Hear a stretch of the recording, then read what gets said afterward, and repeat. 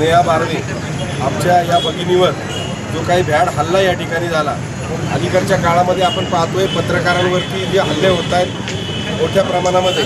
आणि दुसरी एक गोष्ट म्हणजे आमच्यासारखे सामाजिक संघटनांमध्ये शेतकऱ्यांसाठी, कष्टकऱ्यांसाठी, गोरगरिबांसाठी काम करणाऱ्या कार्यकर्त्यांवर देखील मोठ्या प्रमाणात हल्ले होत आहेत। हा कायदा सुव्यवस्थेला एक चॅलेंज आहे।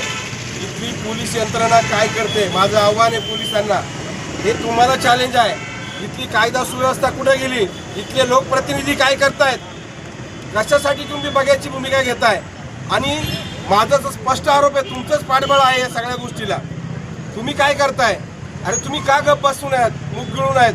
लोकशाहीचा चौथा स्तंभ असणाऱ्या पत्रकारांवरती हल्ले होत आहेत, म्हणजे पत्रकारांनी काही गोष्टी दाखवायच्याच नाहीत का? समाजातलं जे काही चुकीचं चाललंय ते पुढे आणायचंच नाही का?